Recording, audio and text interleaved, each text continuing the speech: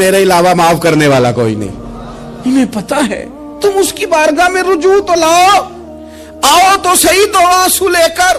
اقبال کہتے ہیں کہ موتی سمجھ کے شان کریمی نے چن لیا, قطرے دو گرے میرے ار کے انفعال کے. دو میں نے آنسو بہائے تھے تو اس کے کرم نے تو موتی سمجھ کے چن لی.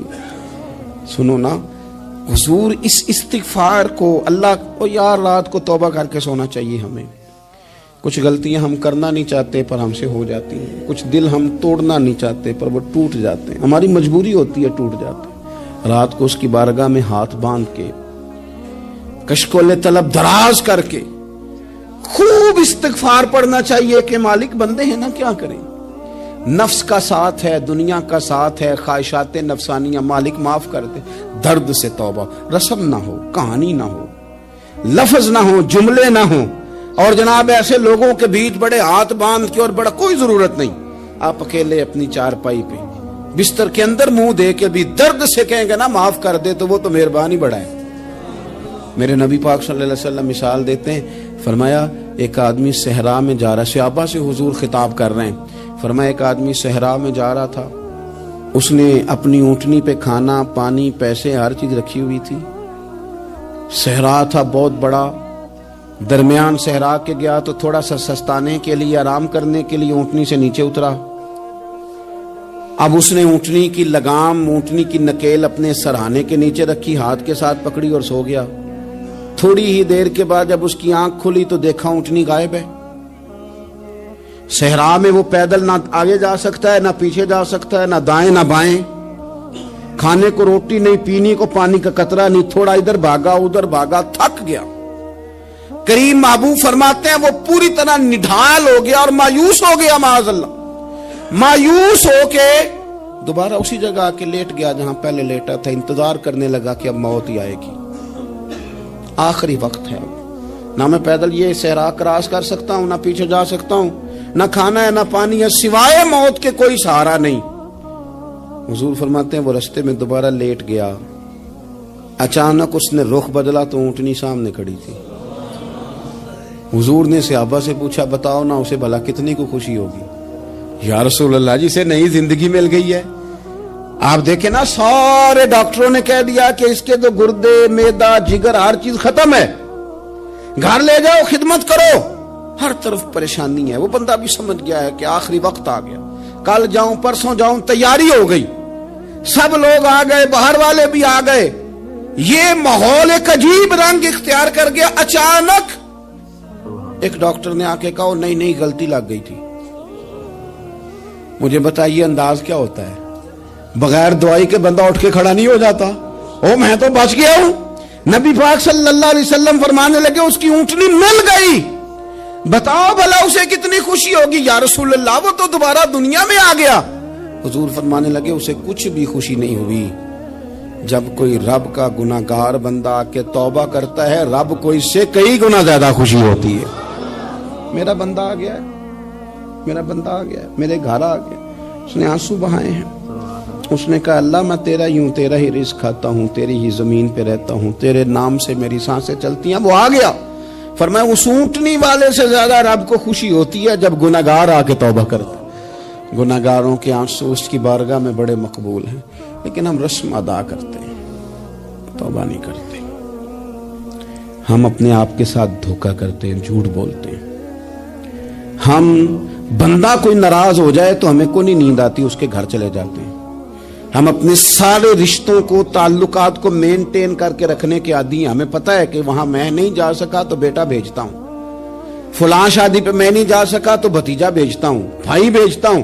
ہر تعلق کا ہم نے خیال رکھا کوئی روٹھ نہ جائے. لیکن کمال ہے نا, یہ نہیں سوچا کہ اگر رب روٹھ گیا تو جب وہ روٹھ جائے نا تو سارے رشتے بھی بندے کے پاس موجود ہوں تو کوئی کارآمد نہیں ہوتا. پھر کروڑوں روپیہ جیب میں ہوں تو ڈاکٹروں کی دوائیاں اثر نہیں کرتی. وہ روٹھ جائے تو پھر انسان اس طرح سے پھسلتا ہے کہ بڑے بڑے اس کے پاس دروازے ہوتے ہیں پر کسی جگہ اس کا ہاتھ نہیں لگتا.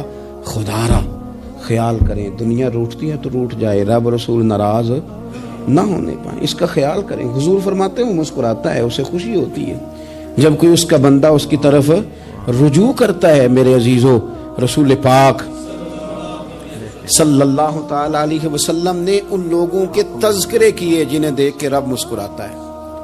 ہم نا گناہگاروں پر بھی فتویٰ دینے میں جلدی کرتے ہیں اور نیکی پر بشارت دینے میں بھی جلدی کرتے ہیں، حالانکہ یہ ہماری ذمہ داری نہیں۔ پتہ نہیں اللہ تعالیٰ کس کو کب توفیق توبہ دے کے اپنے قریب کر لے، لیکن بڑی جلدی ہے، بڑی جلدی فتویٰ دینے میں۔ اور یہ فتویٰ اب صرف مفتیوں کا نہیں رہ گیا، یہ میری طرح کے، آپ کی طرح کے ڈھیروں لوگ ہیں جنہوں نے جیبوں میں فتوے ڈالے ہوئے۔ بھئی آپ نے کیوں ذمہ داری لے لی ہے جنت میں داخل کرنے کی اور نکالنے کی؟ یہ تو میرے رب کریم کا کرم ہے، وہ جس کو چاہے جب چاہے جتنا چاہے عطا کرے۔ لیکن کچھ لوگ نا بڑے پکے ہو گئے ہیں کہ شاید جو میں سوچ رہا ہوں وہی درست ہے۔ کبھی کبھی کچھ چیزیں عجیب بھی ہوتی ہیں، لہذا خدا کی رحمت پر بھروسہ کر کے بات کرنی چاہیے، اپنی مرضی کے فتوے نہیں داغنے چاہیے۔ وہ دیکھو جی فلانا بندہ یوں کر رہا ہے، آپ کو پتہ ہی نہیں پوری بات کا، آپ کو علم ہی نہیں پوری بات کا۔ حضرت بہاءاللہ نقشبند بخاری رحمت اللہ علیہ فرماتے ہیں میں حج کرنے گیا تو وہاں میں نے ایک آدمی کو کروڑوں کا کاروبار کرتے دیکھا، تو میرے دل میں خیال ہے یہاں بھی اللہ اللہ کرنی چاہیے تھی، دنیا داری کر رہا ہے۔ لیکن فرماتے ہیں حج سے فارغ ہوئے تو میں نے دیکھا وہی بندہ سارا کچھ رب کی بارگاہ میں خیرات کر رہا ہے، اور سینکڑوں غریب حاجی ہیں جن کو پورے خرچے دے رہا ہے۔ تو میں نے وہیں اپنی سوچ سے توبہ کی کہ میں کہاں تھا۔ بڑی جلدی کھڑے نہ ہو جائیں۔ حضرت حسن بصری رحمت اللہ تعالی علیہ ارشاد فرماتے ہیں کہ میں دریا کے کنارے گیا تو وہاں میں نے ایک شخص کو دیکھا، وہ اپنی ایک خاتون کی گود میں سر رکھ کے بیٹھا اور قریب ایک بوتل بھی پڑی ہے۔ میرے دل میں معاذ اللہ خیال آیا کہ دیکھو کس انداز میں ایک عورت کے ساتھ یہ ہے، اور پاس بوتل بھی پڑی ہے، جانے شراب ہے۔ کہتے میں سوچ ہی رہا تھا کہ اچانک ایک کشتی آ رہی تھی دریا میں، وہ ہچکو لے کھائے، کشتی میں 4-5 لوگ تھے، وہ دریا میں ڈوبنے لگے۔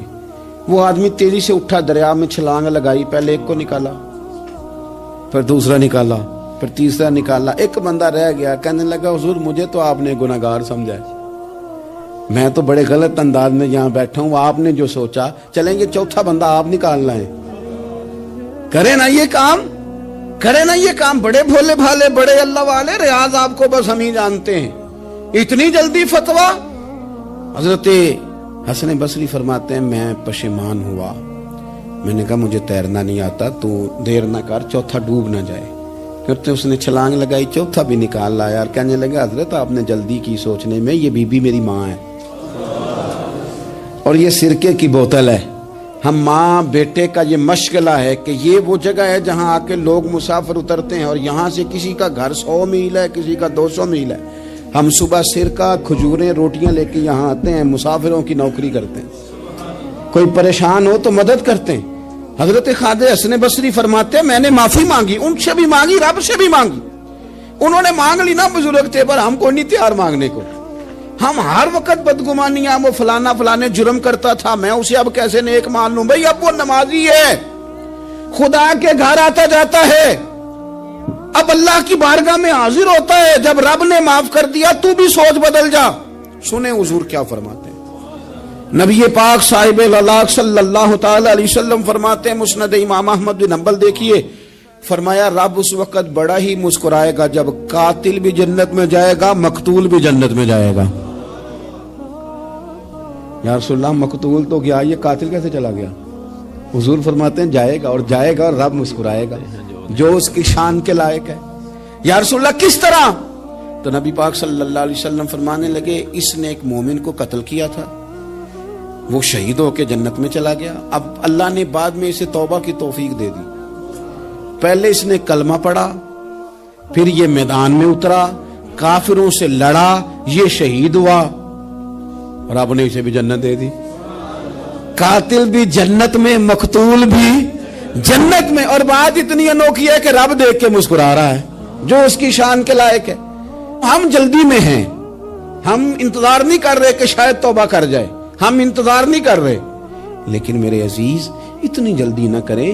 سوچوں کا صاف ہونا، ذہنوں کا پاک ہونا، اور لوگوں کے بارے میں گمان کا اچھا ہونا۔ آپ کسی نفسیات کے ڈاکٹر کے پاس چلے جائیں، اسے کہیں ٹینشن بڑی ہے، میں ان کے مضامین پڑھتا رہتا ہوں،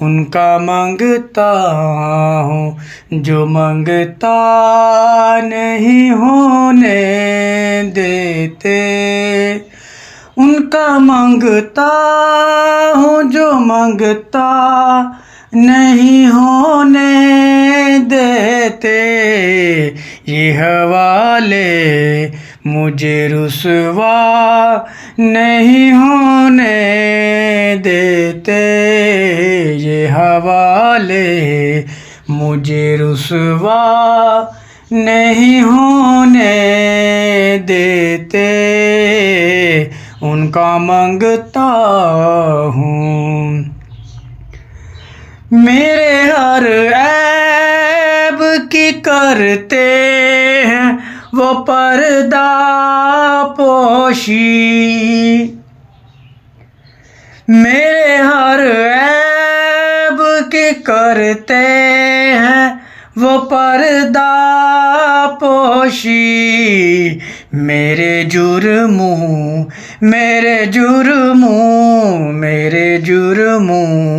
کو تماشا نہیں ہونے دیتے، ان کا مانگتا ہوں۔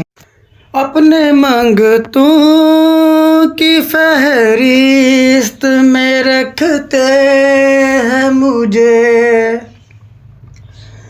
اپنے منگتوں کی فہرست میں رکھتے ہیں مجھے، مجھ کو محتاج